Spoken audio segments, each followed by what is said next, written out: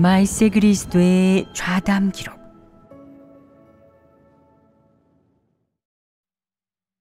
하나님의 주제를 어떻게 알아야 하는가?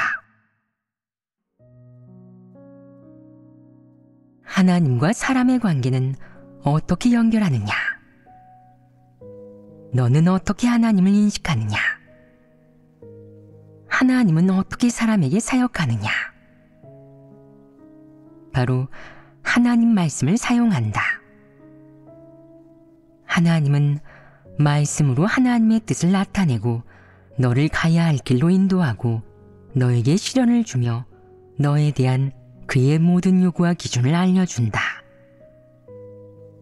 사람은 자기도 모르는 사이에 하나님의 말씀 속에서 사람을 대하고 일을 처리하는 원칙, 형제자매를 대하는 법, 교회의 사역과 본분을 대하는 법, 시련이 닥쳤을 때 체험하는 법, 하나님을 위해 충성을 다하는 법, 버리는 법, 이방 세계를 대하는 법 등등 각 방면의 진리를 깨닫게 된다. 이러한 일들은 다 하나님의 말씀 안에 있는데 하나님이 모두 사람에게 알려주었다. 사람은 최종적으로 어느 경지까지 체험하게 되느냐?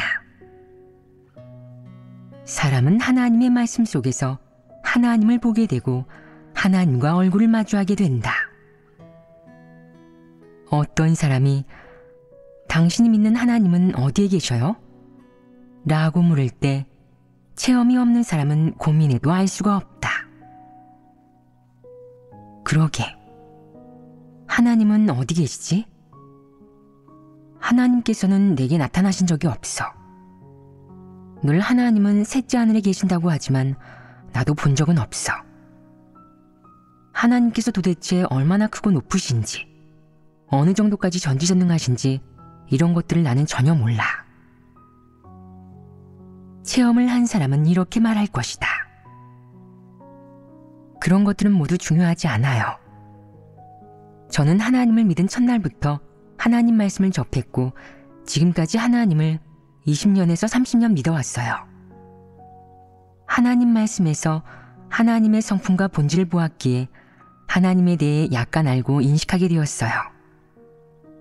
그동안 하나님 말씀을 체험했는데 만약 어느 날 하나님께서 제 곁에 오셔서 저와 이야기하시고 교류하신다면 그분이 바로 이런 말씀들을 선포하신 하나님이시며 제가 믿는 분이 바로 그분임이 틀림없다고 확증할 수 있어요.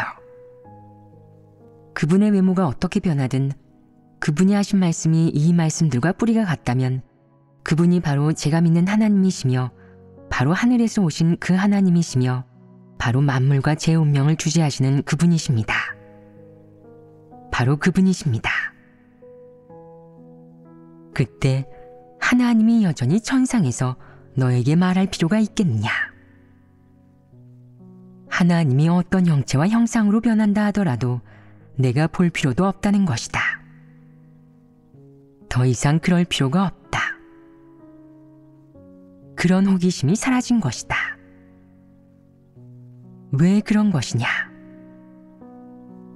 그동안 체험하고 하나님과 교류하면서 비록 하나님에 대한 인식을 가지거나 하나님에 대해 매우 잘 알고 있다고 말할 수는 없지만 최소한 하나님의 말씀 속에서 그리고 하나님 말씀이나 사역을 체험하면서 하나님이 너에게 이미 낯설지 않게 되었기 때문이다. 그는 너와 함께하며 너의 인생을 인도하고 너의 하루하루를 주재하며 너의 운명을 주재한다. 그가 너의 희로애락을 너무나도 잘 알고 있고 너 또한 그의 희로애락을 알고 있기 때문에 내가 그를 오해하지 않게 되고 원망도 하지 않게 되면서 내 마음속에 그의 지위를 갖게 되었다. 심지어 그가 내 마음속에서 보좌에 올라 왕권을 잡고 너의 전 존재를 주관할 수 있게 되었다고도 말할 수 있다. 왕권을 잡는다는 것은 무슨 뜻이냐? 바로 내가 모든 일을 다 하나님 말씀으로 해결하고 하나님 말씀이 내 마음의 주인이 된다는 뜻이다. 너 자신은 더 이상 주인이 아니다. 내가 배운 지식과 받은 학교 교육, 내가 읽은 책, 너의 인생 경험과 노하우, 이 모든 것들이 더 이상 너를 주도하지 못하는 것이다. 하나님 말씀이 너의 모든 것을 인도하고 하나님 말씀이 내 삶의 지침이 되어 매일매일 내가 그것을 실제 생활에서 표출하고 살아낼 것이다. 그러면 너에게 진리 실제가 생긴 것이다.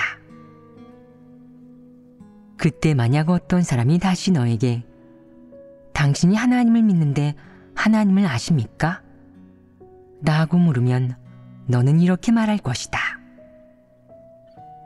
저는 하나님을 조금 압니다. 하나님께서 얼마나 위대하고 지혜로우신지를 제가 감히 말로 표현하거나 규정할 수는 없지만 최소한 하나님은 측량하기 어렵고 지극히 지혜롭고 기묘하며 지극히 사람을 사랑하신다는 걸 압니다. 하나님의 사랑은 지극히 위대하고 실질적이며 하나님의 성품은 지극히 공의롭습니다. 이 정도의 인식만으로도 다른 사람의 거짓되고 공허한 관념과 상상보다는 가치 있지 않겠느냐. 그렇다면 이러한 가치 있는 것들은 어디에서 얻은 것이냐? 하나님 말씀을 체험해 얻은 것이다. 즉, 그동안 하나님 말씀을 공급받은 후 그 말씀이 내 몸에서 뿌리 내리고 싹을 틔우고 꽃을 피우고 열매를 맺게 되어 내가 하나님 말씀의 실체를 살아내게 된 것이다. 내가 하나님 말씀을 살아내는 기간에 어떻게 이런 성과를 이룬 것이냐? 경험함으로써 이룬 것이다. 즉, 이 기간에 내가 끊임없이 하나님 말씀을 검증하고 하나님 말씀의 모든 구절이 전부 진리이며 다 내 생명에 필요한 것이라는 점을 실증한 것이다.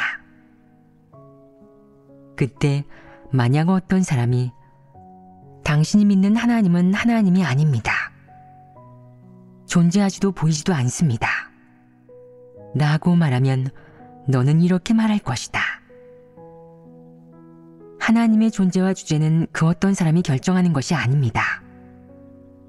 이는 하나님께서 결정하시고 하나님이 존재하시고 하나님이 만물을 주재하신다는 사실로 결정되는 것입니다.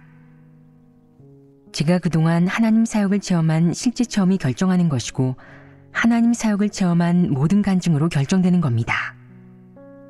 이것이 바로 증거입니다. 이는 하나님을 증거한 것이다. 만약 또 어떤 사람이 하나님은 어디 계셔요? 라고 묻는다면 너는 뭐라고 답하겠느냐? 하나님을 믿는 모든 사람의 마음속에 계신다고 답할 겁니다. 하나님은 이미 사람의 마음속에 계시지만 동시에 만유 가운데도 계시고 우리 곁에도 계신다. 이것이 바로 하나님의 존재이다. 너는 이를 부인할 수 없고 내가 체험한 것은 본 것보다 더 실제적이다. 설령 내가 하나님을 본다 하더라도 알아볼 수 있느냐? 만약 하나님의 영체가 지금 사람들 가운데 내려와 나는 하나님이다 라고 하면 너는 오히려 깜짝 놀라 이렇게 말할 것이다. 당신이 하나님이라고요? 그런데 왜 제가 모를까요? 저는 당신 같은 하나님은 받아들이지 않겠어요. 너는 오히려 두려워할 것이다. 왜 내가 이런 반응을 보이겠느냐? 내가 하나님을 모르기 때문에 하나님에게 이런 태도와 모습을 보이는 것이다. 하나님을 믿을 때 무엇을 중시하는 것이 가장 중요하겠느냐? 하나님 말씀을 체험하는 것이 가장 중요하다고 할 수 있다.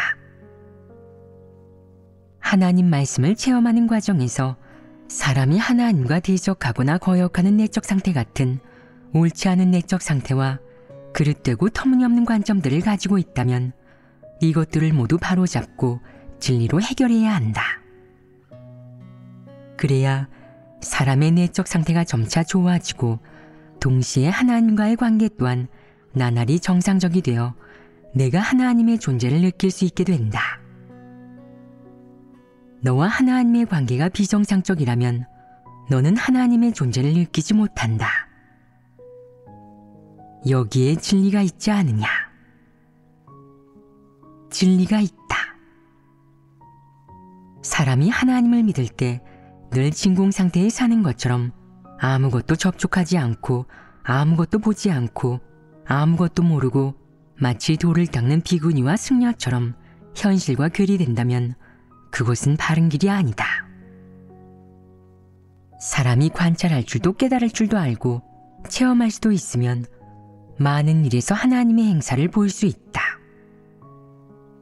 하지만 지금 일부 일들이 대다수의 사람들에게는 너무 심오해 알지 못하니 너는 먼 것을 구하고자 가까운 것을 버려서는 안 된다. 너는 그저 하나님의 말씀에 공을 들이고 자신과 대조하는 법을 배우면 된다.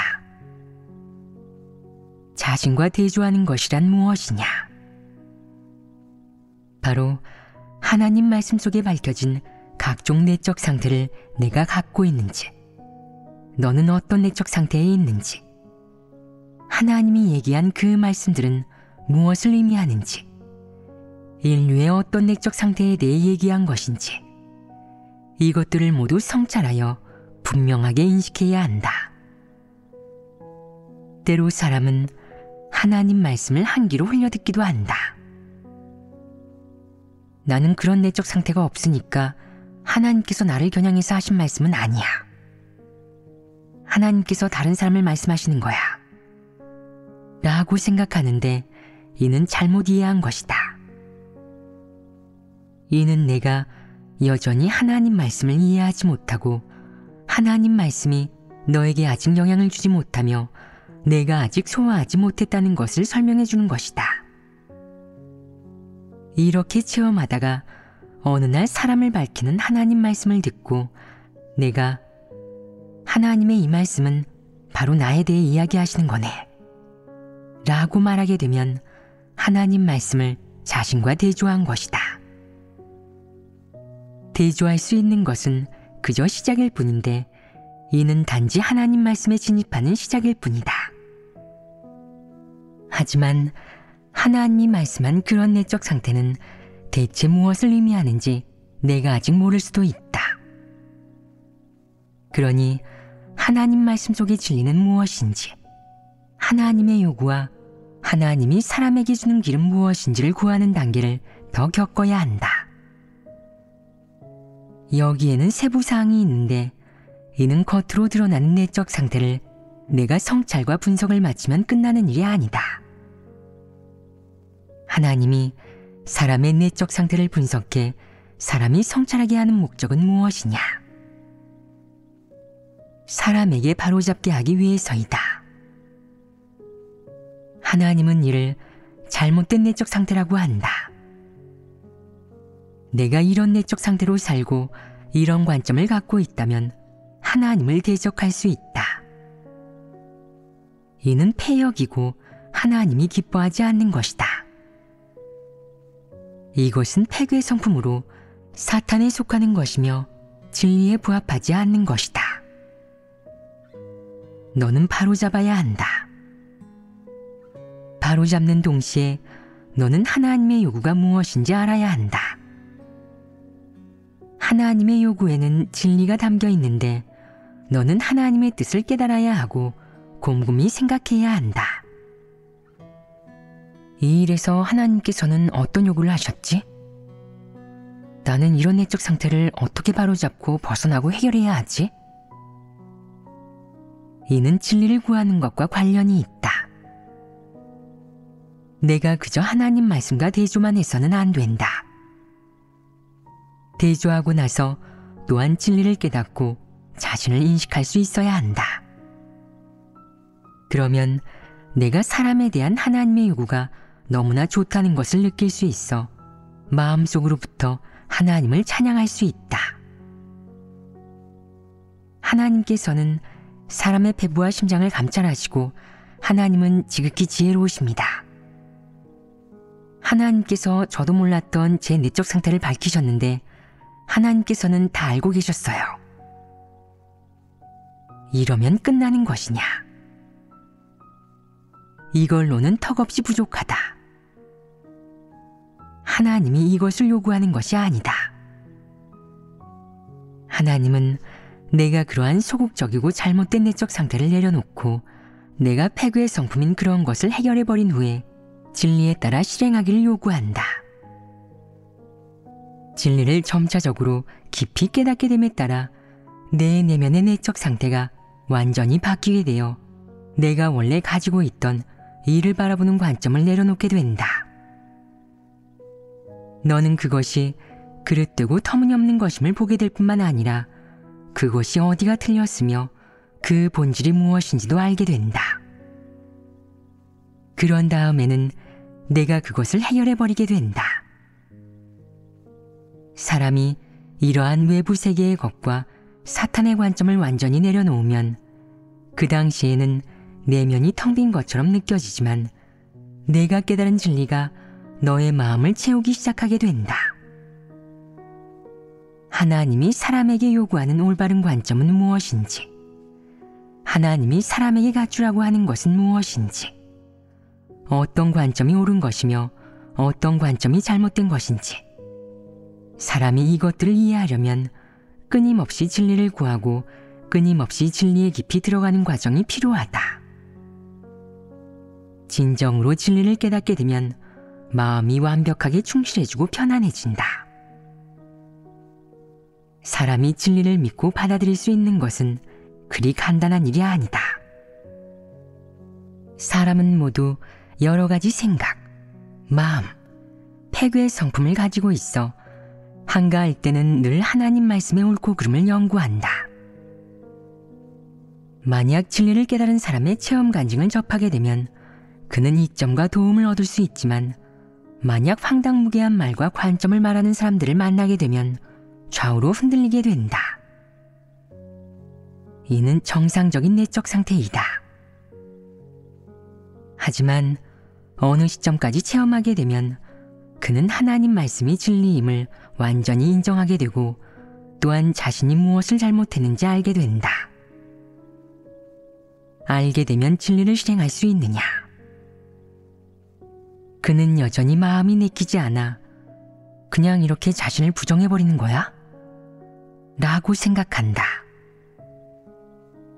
그가 여전히 계속 연구하고 싶어하는 한 그가 마음속으로 어떻게 생각하든 그의 폐역과 폐괴의 성품은 늘 존재한다. 이런 그가 진리를 받아들이기란 그다지 쉽지 않다.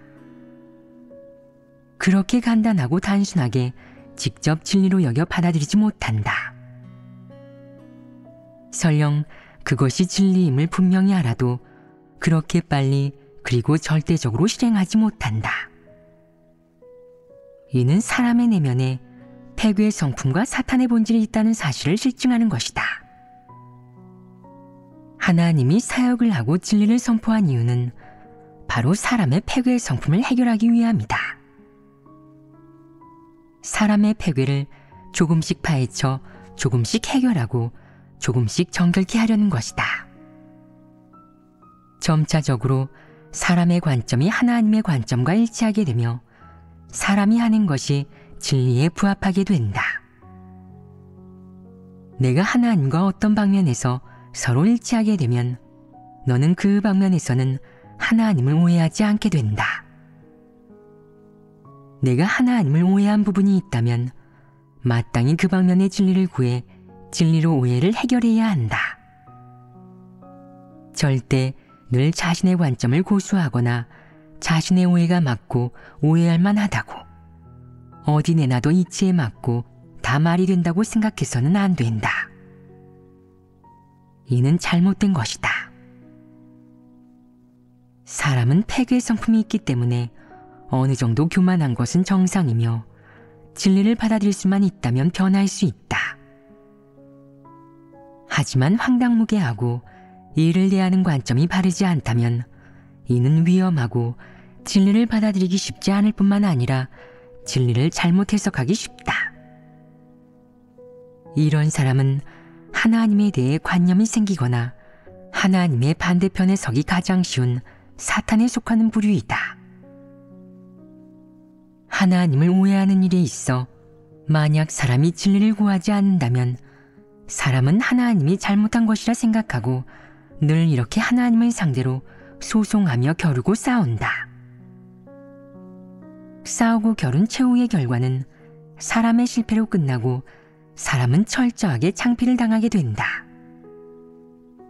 진리는 영원히 승리하며 하나님은 영원히 승리한다. 만약 내가 하나님과 겨루고 싸우는 과정에서 순종하는 마음으로 진리를 구하고 받아들일 수 있다면 너의 마음이 돌아설 수 있는데 결국 너는 하나님 말씀 앞에 복종하게 된다. 이런 과정을 체험하는 것이 바로 하나님이 사람을 구원하고 얻는 과정이다. 죽어도 진리를 받아들이지 않는 사람들은 드러나 도투된다. 내가 진리를 받아들일 수 있고 하나님 앞에 순종할 수 있다면 내가 바로 하나님에게 순종하는 사람으로 하나님과 합할 수 있게 되어 다시는 하나님을 거역하고 대적하지 않게 된다. 하나님을 몇 년을 믿든 진리를 받아들일 수 있고 하나님에게 순종할 수 있기만 하면 결국에는 생명성품의 변화를 얻을 수 있다. 예를 들어보자. 내가 식물학을 배우는 사람이거나 또는 농업을 연구하는 사람인데 과실수 종자 10개를 땅에 심었다. 내가 배운 지식에 따라 너는 10개의 종자로 10그루의 나무가 자라날 수 있다는 것을 알고 있었는데 이는 과학적 근거와 이론에 따라 얻은 결론이기에 너는 이 결론을 고수했다. 그래서 하나님이 10개의 종자에서 11그루의 나무가 자라날 수 있다고 말씀했을 때 너는 믿지 않았다. 그게 가능해요? 10개의 종자에서 어떻게 11그루의 나무가 자라나요? 사실 종자가 한 개 숨겨져 있었는데 내가 보지 못한 것이다. 내가 자신의 관점을 고수하는 근거는 무엇이냐? 바로 과학적 논증과 내가 배운 지식으로 이런 것들이 너의 사상을 통제하여 내가 그 범주를 벗어나지 못한 것이다. 내가 하나님 말씀이 아니라 그것을 기준으로 삼았으니 이것이 바로 사람의 패역이다. 너는 이렇게 생각했다. 근거가 있는데 어째서 저의 결론이 진리가 아니라는 거죠? 당신께서는 근거도 없이 그렇게 한마디 하셨을 뿐인데 어째서 그게 진리라는 건가요? 당신이 말씀하신 것은 근거가 없어요. 몇 명이나 논증했나요? 누가 이 일을 논증했나요? 누가 봤나요? 사실이 뭔가요? 사실을 보기 전까지 너는 하나님 말씀을 부인했다. 하나님 말씀에 늘 의문을 갖고 늘 하나님을 부인하며 하나님께서 말씀하신 것이 틀렸어. 내 결론이 맞아. 논중을 거쳤고 내가 이 분야 학문을 하는 전문가니까 내가 내린 결론이 맞아. 라고 생각했다. 너는 10개의 종자와 10그루의 나무가 자라나는 것에 등호를 그렸기에 하나님이 11그루가 자라날 것이라고 했을 때 너는 하나님의 말씀을 믿지 않았다. 하지만 최종 결과는 11그루의 나무가 자라난 것이고 이것이 사실이라면 사람이 승복하지 않겠느냐? 승복합니다. 완전히 승복하겠느냐? 어째서 승복하겠느냐? 사실을 보았기 때문입니다. 사실을 보게 되면 이와 동시에 사람은 자신이 알고 있는 지식과 자신의 이런 결론을 부정하기 시작한다. 또 부정하는 동시에 사람의 마음속에 전쟁이 일어나게 된다. 내가 왜 틀렸을까? 설마 과학도 틀릴 때가 있나? 이 과정에서 사람은 하나님 말씀의 옳고 그름을 연구하고 분석하고 대조하게 된다. 하나님 말씀과 과학적 논증 중 어느 것이 맞지? 누가 맞을 가능성이 더 클까? 사실이 바로 눈앞에 있어도 사람은 여전히 온전히 받아들이지 못하며 기어코 몇 년 후에야 하나님이 행한 이 사실에 대해 완전히 승복하고 진정으로 받아들이게 된다. 하나님은 근거 없이 말하거나 일하지 않으며 하나님이 일하는 과정 또한 내가 결과가 무엇인지 볼 때까지 체험하고 경험하게 한다. 이 과정에서 너는 무엇을 얻게 되느냐? 하나님이 하는 이 일을 내가 진실로 긍정할 수 있게 된다. 내가 근거 없이 당신이 바로 하나님이십니다. 당신은 위대하고 고상하며 지혜롭고 기묘하십니다. 라고 말하게 하지 않는다. 하나님은 내가 그를 그렇게 증거하게 하지 않고 내가 이런 사실들을 사용하여 내가 체험하고 보게 한다. 하나님은 너에게 10개의 종자에서 10그루의 나무가 자라는 것이 틀리다고 말하지 않는다. 하나님은 너를 부정하지 않고 너와 논쟁하지도 않는다. 하나님은 사실로 이 문제를 설명하고 내가 직접 보게 한다. 어쩌면 내가 20살 때에 하나님이 너에게 이 일을 말했을지도 모른다. 하나님은 내가 바로 진리이니 너는 내 말을 들어야 한다. 라고 말하지 않는다. 하나님은 이렇게 말하지 않고 그냥 이 일을 한다. 내가 30살이 되었을 때 결과를 볼 수 있게 되는데 그만큼의 긴 시간이 걸린다. 이 기간에 하나님이 너와 논쟁을 하였느냐? 누가 논쟁하였느냐? 사람이 하나님과 논쟁하였고 늘 하나님께서 틀리셨어. 하나님께서 말씀하고 하신 것은 비과학적이고 도리에 부합하지 않아. 라고 생각했다. 사람은 하나님과 논쟁하는 것을 좋아하지만 하나님은 침묵하고 그냥 계속 일을 한다.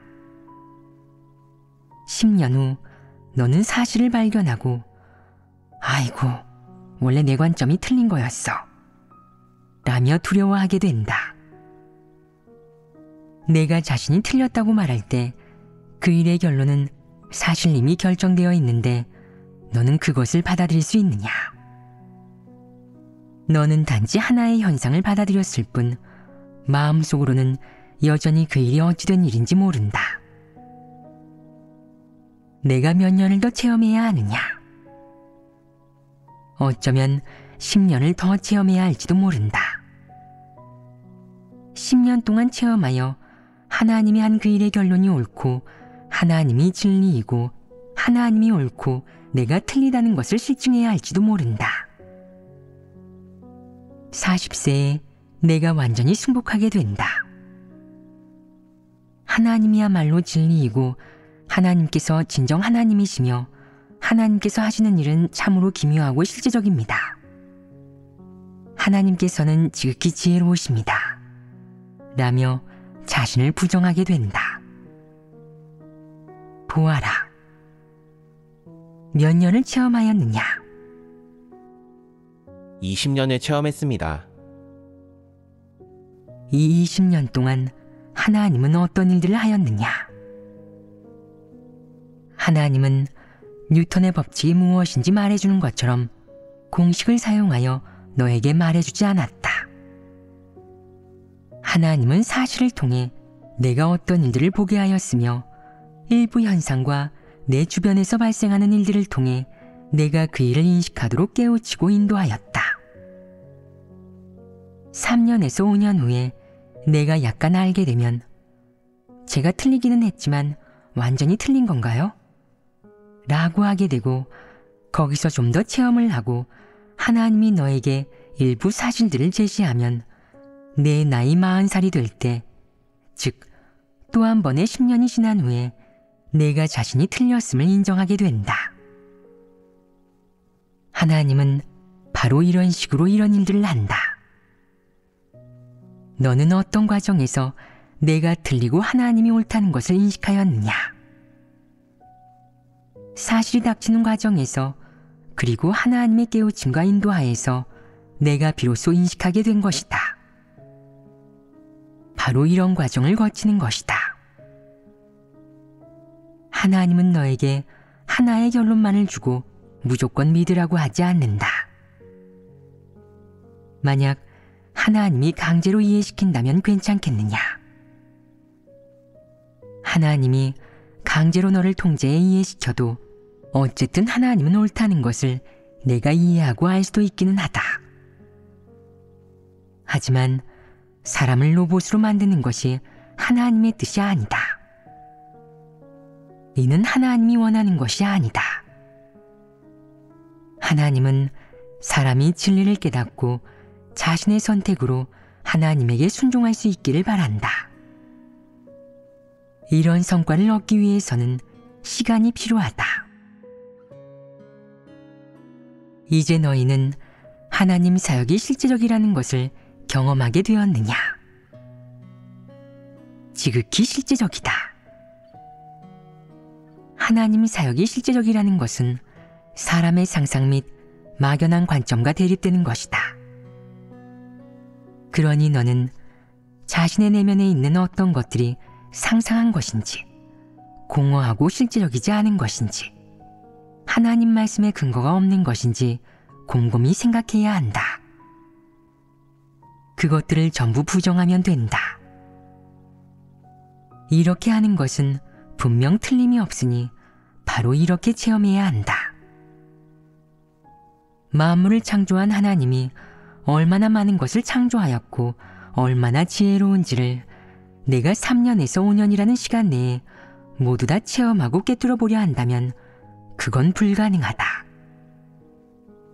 내가 평생 체험해도 꿰뚫어 보지 못한다. 그러니 너는 착실하게 차근차근 하나님 말씀을 체험해야 한다. 작은 일부터 시작해 조금씩 해나가며 진리 원칙을 구하고 꿰뚫어 보지 못하는 일이 닥치면 조급해하지 말고 하나님 앞에서 평온하게 하고 진리를 구할 줄 알아야 한다. 어떻게 하면 하나님 앞에서 평온하게 할 수 있느냐? 바로 내가 마음으로 하나님에게 기도하고 하나님과 교제해야 한다. 만약 평온해질 수 없다면 하나님 말씀을 읽고 곰곰이 생각하거나 하나님 말씀 찬양을 부르면 모두 하나님 앞에 평온하게 되는 성과를 얻을 수 있다. 사람의 마음이 하나님 앞에 돌아오면 마음이 평온해지고 밖에서 일을 하고 뛰어다니는 것이 전혀 의미가 없고 아무것도 얻지 못한다고 느끼게 된다. 하나님 앞에 평온하게 있는 한 하나님 말씀을 읽든 진리를 교제하든 아니면 찬송가를 불러 하나님을 찬양하든 영적으로 수확과 깨우침을 얻어 마음속으로 윤택함과 충실함을 느끼게 된다. 내가 서서히 하나님의 사역을 분명히 보게 되고 하나님에게 순종할 수 있게 되고 진리와 생명을 얻게 된다. 사람이 진리를 얻고 하나님을 얻으려면 반드시 대가를 치러야 하고 많은 고통을 겪어야 하며 오랜 세월 동안 에너지와 시간을 바쳐 하나님의 사역을 체험해야 한다. 그렇게 해야 비로소 진리 생명과 하나님의 모든 구원을 얻을 수 있다.